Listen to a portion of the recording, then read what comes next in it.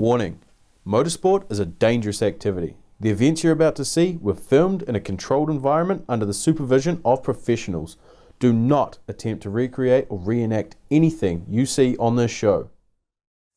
Another early start this morning. We've come down the near central North Island to Thompson's track. It is quite notorious for being a truck swallowing. Yeah, we're not in trucks, but I got the turbo. He's got the winch, so we're gonna pretty much just send it and see what happens.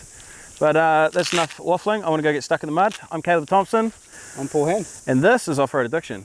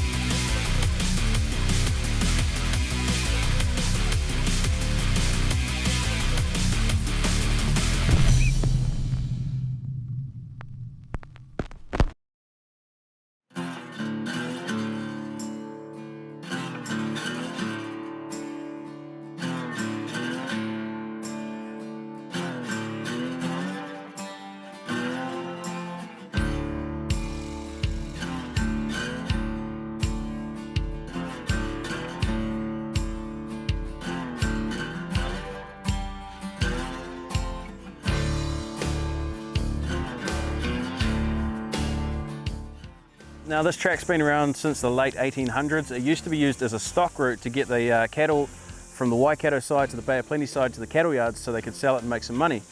It was also redone for the Second World War, just in case the Japanese invaded. They had made a plan to make this some kind of escape route. Thankfully that didn't happen.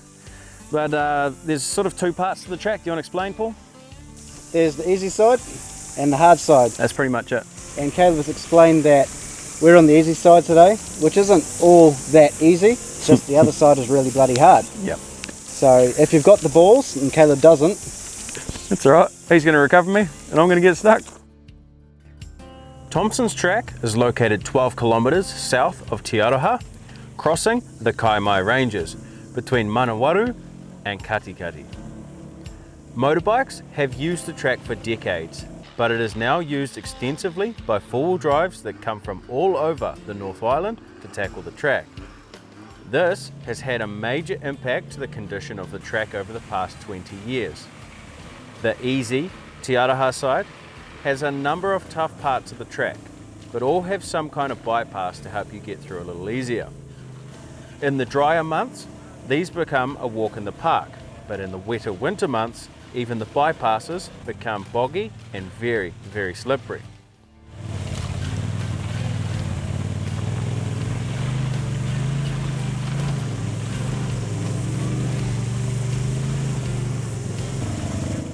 With all the rainfall hitting the tracks over the years, the dirt and mud has started washing away on parts of the track to reveal a rocky terrain, possibly revealing the trails that were made back in the late 1800s. The rocky track was proving to be a hard ride on road pressures, so we stopped to let some air out of the tyres.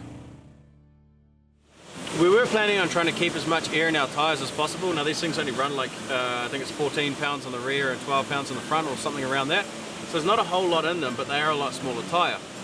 Now for us, we're supposedly coming against 35-inch ruts, so we thought, okay, we'll keep our air up, try and keep our ground clearance up, but there's a lot of rock, as you guys will see in the video, and so we've kind of decided to air down. We'll let the Maxxis Bighorns go down a little bit, and it's just going to give us more traction, and it's going to be a more comfortable ride, nicer on the suspension. So that's our plan. Just going to drop it down to maybe 8 pounds all around. We'll see how that goes, and if that's all good, then we'll send it at that.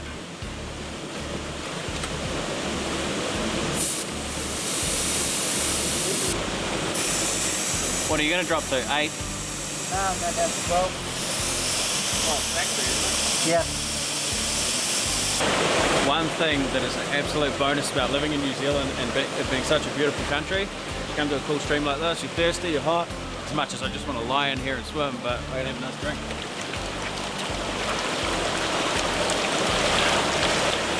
Because it's stinking hot. Oh, that's good. Fresh water. It's the kids. There are a variety of terrains throughout the track, from small water crossings to mud, ruts and bog holes. A major rainfall event in April 2014 caused significant damage to Thompson's track. There are still a number of slips across the track which can become very slippery in winter or after a lot of rainfall. Since we went through in autumn, most of the track was reasonably dry, with a few muddy bog holes along the way filled with water from some recent rainfall. There were a few rutted out areas that would have been good fun in wintertime.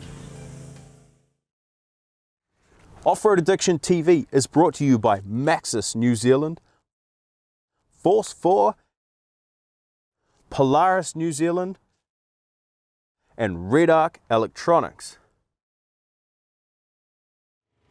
As we got further in, the track started rutting out more, exposing large rocks and tree roots, which can make things difficult when trying to get trucks with smaller tyres through the ruts and get up rooted hills.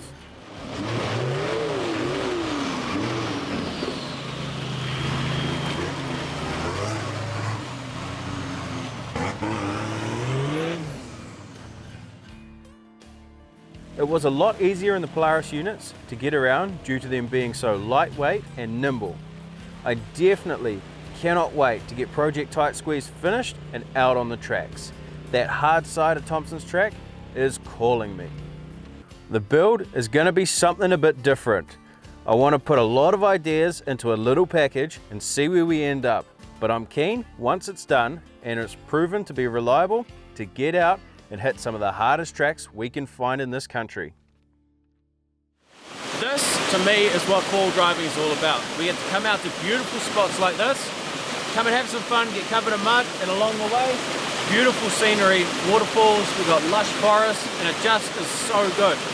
So that's our plan for this year, is to get out and explore our backyard of New Zealand a little bit more, and hopefully we'll get to come on some trips and explore some other countries and do some casual wheeling with our friends that we know overseas. So stay tuned for the rest of the season. It's shaping up to be quite exciting, and we're looking forward to getting out, getting these Polarises out, getting our Suzukis built, and getting stuck into it.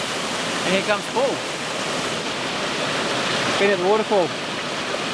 What's it like, cold? Do I look wet?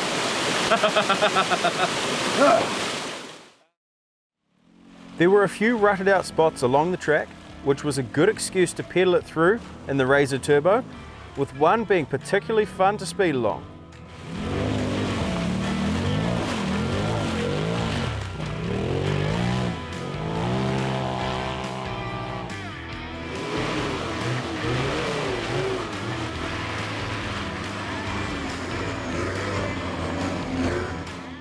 Now, the comfort level inside the Razor is just next level. It soaks up all the bumps, you brace yourself thinking you're going to hit something hard, and it just soaks it up like a cushion. I call it a turbo couch. It's that good. The hills were getting steeper as we got to the last stretch of the track heading to the top.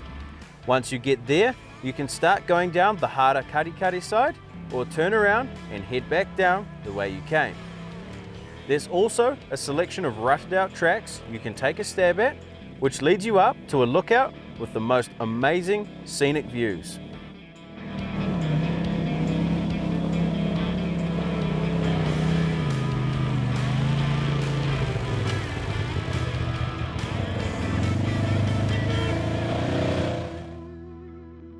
We finally made it up to the summit here. We've got the General, the Polaris Turbo. Paul came up as well. There's a few tracks that come up, ranging from obviously very hard through to walk up there nice and easy. How'd the very hard part go for you? In and out very quickly, and then the medium part, I'm not rough like you. I didn't even give it a crack actually. I want to go back down and try it. Medium was easy. Good At least I didn't crash like yeah, speaking of which, so bit back more history. in 1963, we had a DC-3 that was flying from Whenuapai to Te Aroha, and they were about 5 minutes away from landing in rough conditions, and they didn't have the proper beacons and stuff back then. And they ended up smashing into this mountain. Now, it was the worst aero disaster in New Zealand, I suppose you'd call it, that's happened on New Zealand soil, apart from the Airbus. But unfortunately, there was 23 people on board, including the pilots, that all lost their lives. To add a bit of a plot twist, it was like an open burial ground, And so the SAS actually came up here. They brought a whole unit up. They had 2 days of dragging equipment up by hand. They got it to the crash site, and then they spent something like another week or 2 weeks drilling holes in the side of a rock face and putting explosives in. And so they kind of collapsed the rock face onto the plane to cover it over. You can actually walk from here. It's about a 2-hour hike, they reckon. I reckon it's probably a bit more than that. It's pretty steep and uphill. Yeah. That's why we're still here. Yeah, exactly. So we're going from the summit back down to the bottom. Via the way, we're going to look at some stuff.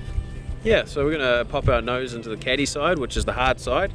We'll go down through a couple of bog holes maybe, and then turn around and come back out. Nothing serious, because if you do take it on seriously, it can take you a very long time to get out.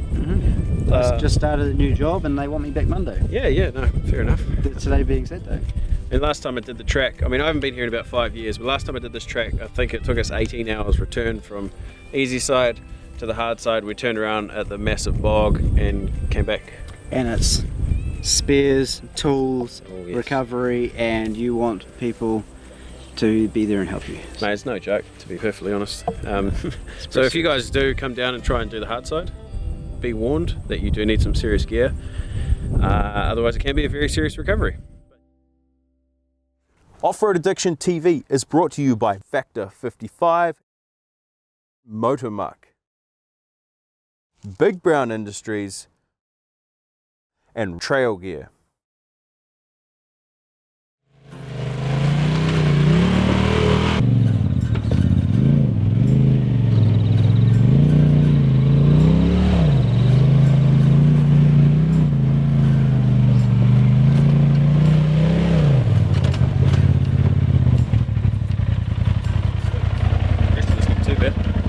That was easy. Easy. Once I slipped off the bank.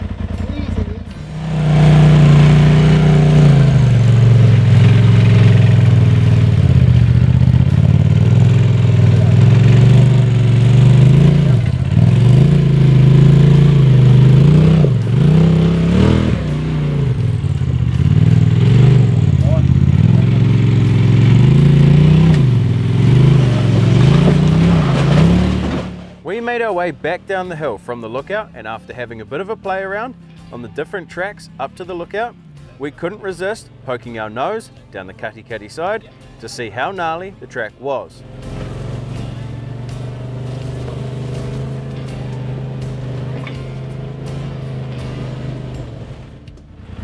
Well, we're heading down the hard side now. We're just going to poke our nose down and see how far we can get really before it gets too sketchy.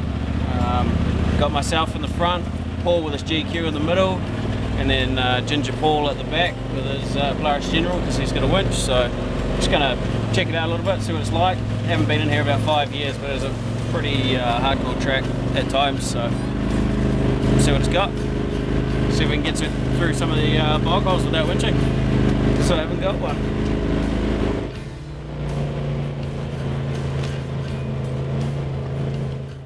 Heading down the start of the track didn't seem so hard. There are a few steep drop-offs and overgrown sections of track.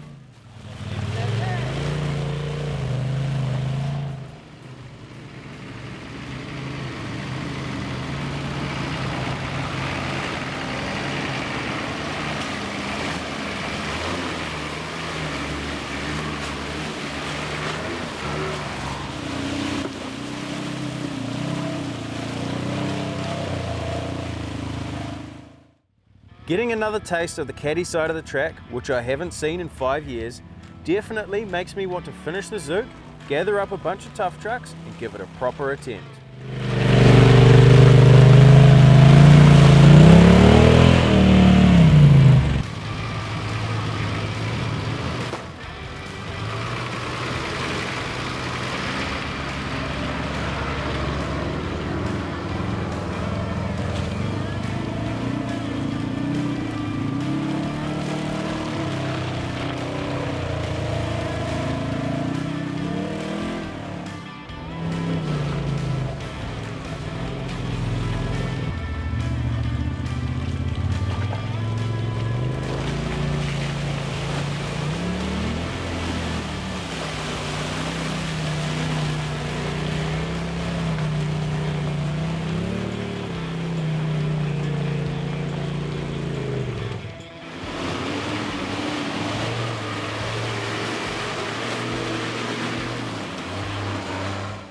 It wasn't until we got to the first hole that we realized why this side of the track breaks so many trucks. The first bog hole was pretty decent, so of course I had to give it a crack.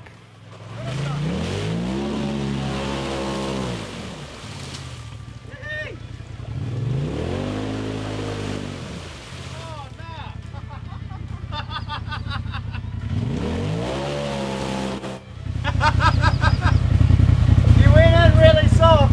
I didn't think it was that deep.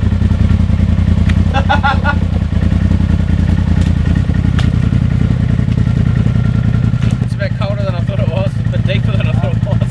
It didn't quite make it. That was fun. It'll teach me for driving into a hole like a girl. Should have just sent her. I might have a bit of cleaning to do tomorrow, possibly.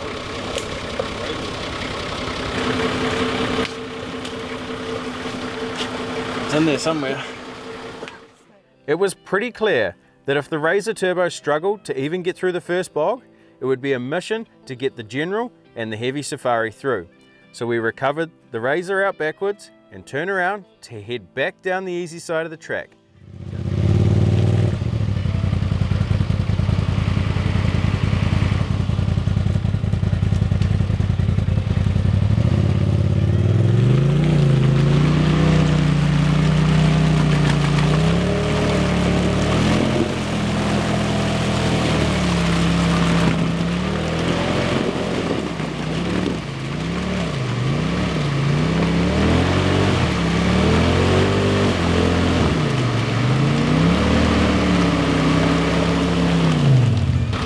That's it for this episode. We came, we saw, we drove to the summit, we poked our nose down the caddy side. Now it's time to turn around, get to the start of the track, get loaded up on the trailers and head home. We've still got 3 hours to get home and it's about 3 o'clock in the afternoon now, so it'll be good to get home before it's completely dark. We might be stopping off at the waterfall on the way back to give myself a bit of a polish off, because I don't know if I'll be allowed in the Navara in this condition. But anyways, thank you guys for watching. We really hope you enjoyed this episode. Make sure you subscribe, like, give us a thumbs up, whatever you got to do to support us. You just be there for us and we'll be there for you guys. Plenty more content to come. Well, it's been a good day. It's quite warm. Very warm, a little bit burnt. Change your life. I've got so much mud on me I don't think I could get burnt even if I wanted to. It was a good day. Should have sent it in the mud hole a bit harder, but It's alright. we're all back. We're on the trailer, nothing broke, and Paul's going to show us some local watering hole around the corner. That pool, not this pool. I don't know. The other pool. Passed a couple of guys that are fairly local to the track, and they kind of informed us to go to the first bog hole and turn around, otherwise there's going to be a bit of a mission, which we kind of knew. So, did so. Turning around was a bit of a mission in itself, but save it for another day. It's getting a bit late in the piece to be up to your nuts in the mud and trying to winch her out, so... Yeah. No, good day, and it's one of those tracks that you can appreciate just how easy or how hard you want it to be. It can be whatever you want, but it's always a good time, so thankful for it. And yeah, go for a swim, get some of this mud off, and then we're off home. Thanks for watching. Bye. Coming up on the next episode, we check out the Nova Winch King of the Palace Winch Challenge in Omana, New Zealand.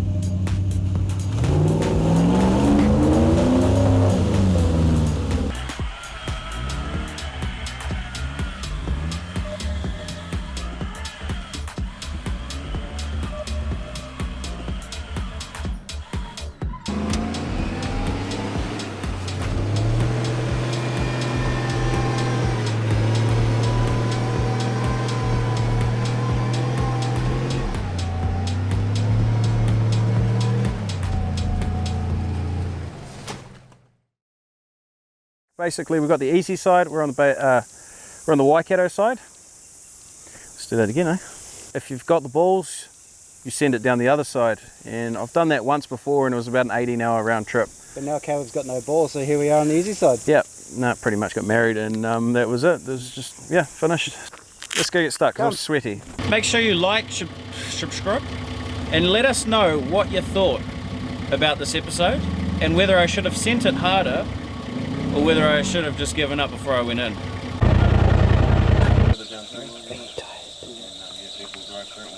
I'm gonna go get stuck in the mud, I haven't got enough on me. Yeah, I'm gonna go winch Caleb out by the sounds of that, so see you soon. Out the way, little girl. Come on, kiddies! On my lap. Guess who's back with a brand new rap, and I don't mean rap as in UK, so accusation. You right, miss?